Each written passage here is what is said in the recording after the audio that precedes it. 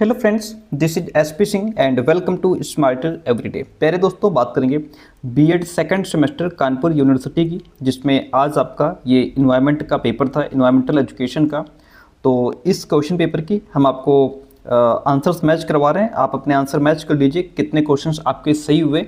और ये जो आपका सेट रहेगा, ये सेट सी रहेगा। अब जो सेट ए बी वाले हैं वो अपना क्वेश्चन नंबर 49, 50, 51 चेक कर सकते हैं, या फिर लास्ट में 100 से चेक कर सकते हैं। जिनका सेट सी है उनका तो सेम रहेगा। ठीक है, तो आइए इसको मैच करते हैं। बाकी टेक्नोलॉजी का पेपर आप लोगों ने नहीं भेजा, टेक्नोलॉजी का भेज दीजिए, उसका भी करवा देते हैं। सारे पेपर आपको कल परसों तक मैच करवा ही देंगे।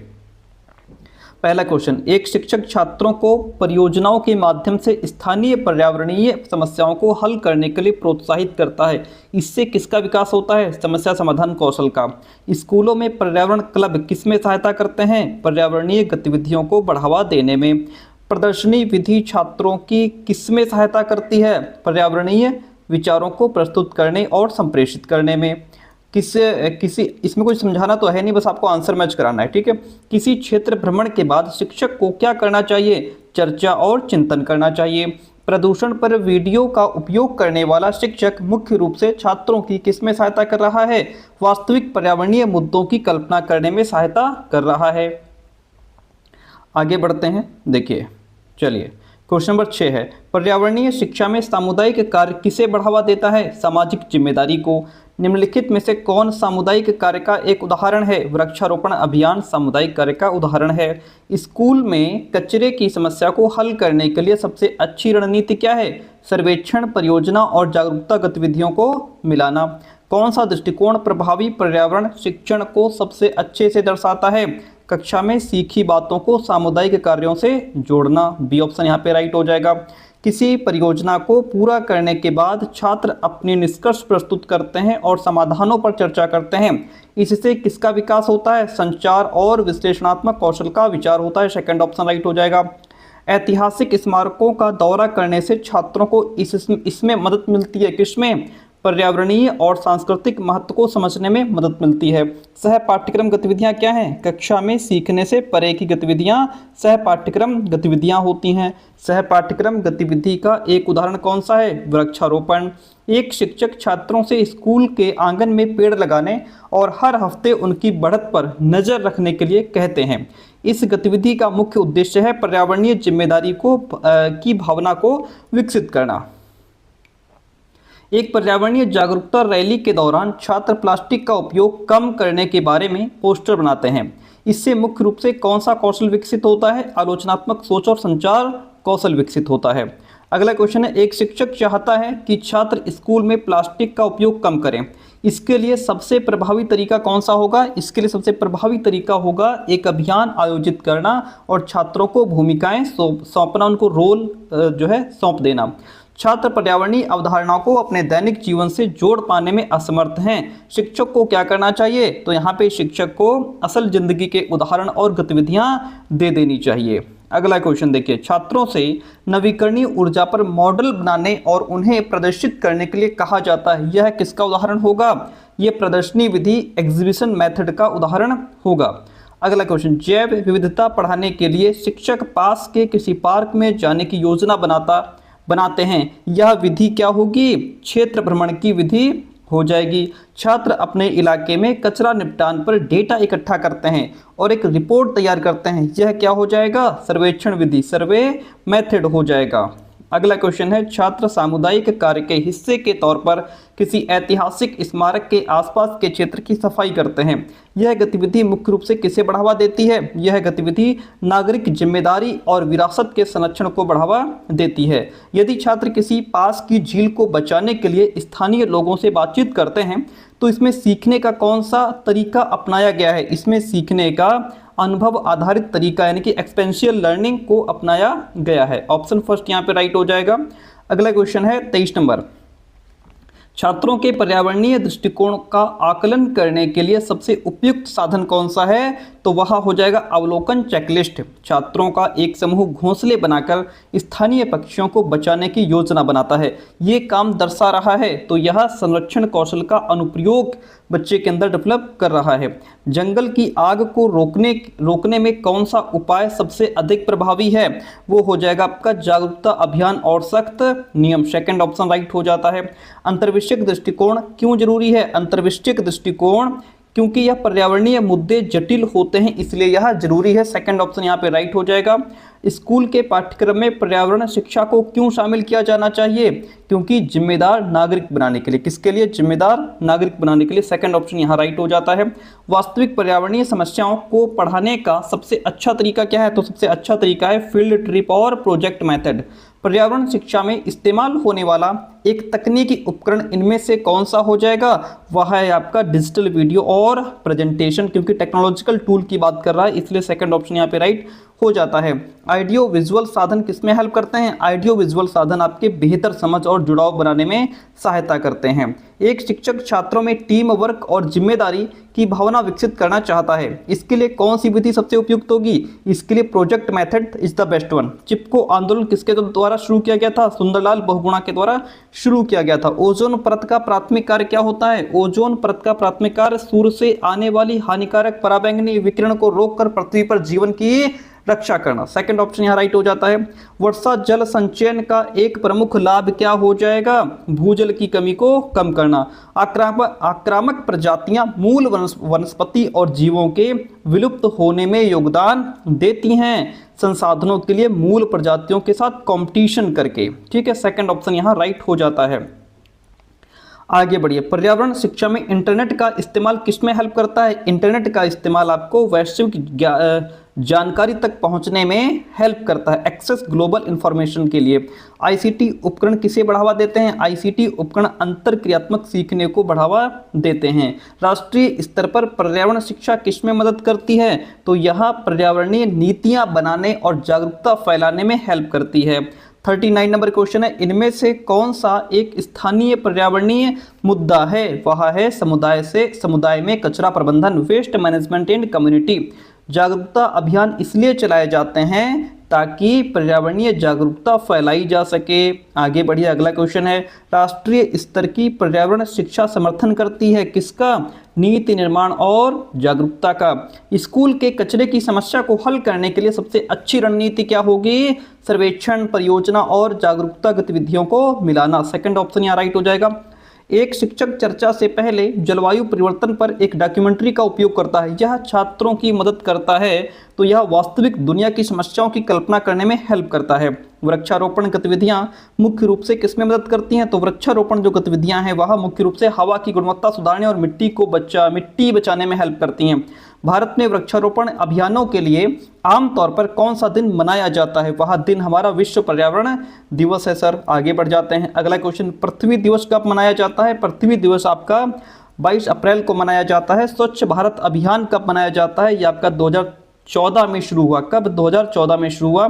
चिपको आंदोलन किससे संबंधित था? वन संरक्षण से। इतनी बात क्लियर है, बहुत बढ़िया। एक स्कूल 5 जून को गतिविधियां आयोजित करता है, यह इसके उत्सव को दर्शाता है, विश्व पर्यावरण दिवस के उत्सव को दर्शाता है। प्रोजेक्ट टाइगर की शुरुआत कब हुई थी? प्रोजेक्ट टाइगर की शुरुआत 1973 में हुई थी। सेकंड ऑप्शन यहाँ राइट हो जाता है। अगला क्वेश्चन, सेमिनार विधि किसके लिए उपयोगी है? तो सेमिनार विधि जो है वह समूह चर्चा और प्रस्तुतिकरण के लिए उपयोगी है। समस्या समाधान विधि छात्रों की मदद करती है, तो यह आलोचनात्मक रूप से सोचने और समाधान खोजने में हेल्प करती है। सर्वेक्षण विधि का उपयोग किया जाता है डेटा और जानकारी एकत्र करने के लिए। फर्स्ट ऑप्शन यहाँ पे राइट हो जाता है। अगला क्वेश्चन, प्रोजेक्ट विधि किस पर केंद्रित है? यह छात्र केंद्रित व्यवहारिक कार्य पर केंद्रित है। अनुभव आधारित सीखने के लिए कौन सी विधि सबसे अच्छी है? तो वह है क्षेत्र भ्रमण, फील्ड ट्रिप। सेकंड ऑप्शन यहाँ भी राइट हो जाएगा। आगे बढ़ जाइए, सेमिनार और कार्यशाला विधियां उदाहरण हैं किसकी? सक्रिय अधिगम विधियों के उदाहरण हैं। कार्यशाला विधि किसके लिए सबसे अच्छी है? तो यह आपकी कौशल विकास और भागीदारी के लिए सबसे अच्छी है। समस्या समाधान विधि क्या विकसित करती है? यह बच्चों के अंदर क्रिटिकल थिंकिंग, आलोचनात्मक सोच डेवलप करती है। 59 नंबर क्वेश्चन कहता है क्षेत्र भ्रमण विधि छात्रों की किसमें सहायता करती है? यह वास्तविक जीवन की स्थितियों का अनुभव करने में हेल्प करती है। सतत विकास का मतलब क्या होता है? पर्यावरण को नुकसान पहुंचाए बिना संतुलित विकास। सेकंड ऑप्शन यहां भी राइट हो जाता है। इको टूरिज्म बढ़ावा देता है। इको टूरिज्म सांस्कृतिक सम्मान और संरक्षण को बढ़ावा देता है। जो पढ़ाया सब वही छपा है। विश्व पर्यावरण दिवस किस तारीख को मनाया जाता है? 5 जून को मनाया जाता है। निम्नलिखित में से कौन सी विधि बाल केंद्रित विधि नहीं है? व्याख्यान विधि बाल केंद्रित नहीं, शिक्षक केंद्रित है। पर्यावरणीय नैतिकता किसे प्रोत्साहित करती है? तो यह आपकी प्रकृति का संरक्षण, प्रोटेक्शन ऑफ नेचर को प्रोत्साहित करती है। ग्लोबल वार्मिंग में सबसे ज्यादा योगदान किस गैस का है भैया? कार्बन डाइऑक्साइड का है, CO2 का है। आगे बढ़ जाते हैं। ओजोन परत पाई जाती है समताप मंडल में पाई जाती है। ओजोन परत के क्षरण से होता क्या है? इससे पृथ्वी तक पहुंचने वाले जो UV विकिरण में वृद्धि होती है। सेकंड ऑप्शन राइट हो जाएगा। निम्नलिखित में से कौन जल की कमी को दूर करने में सहायक है? वर्षा जल संचयन। किसी पारितंत्र में उत्पादक होते हैं हरे पौधे, green plants. Option B right हो जाएगा।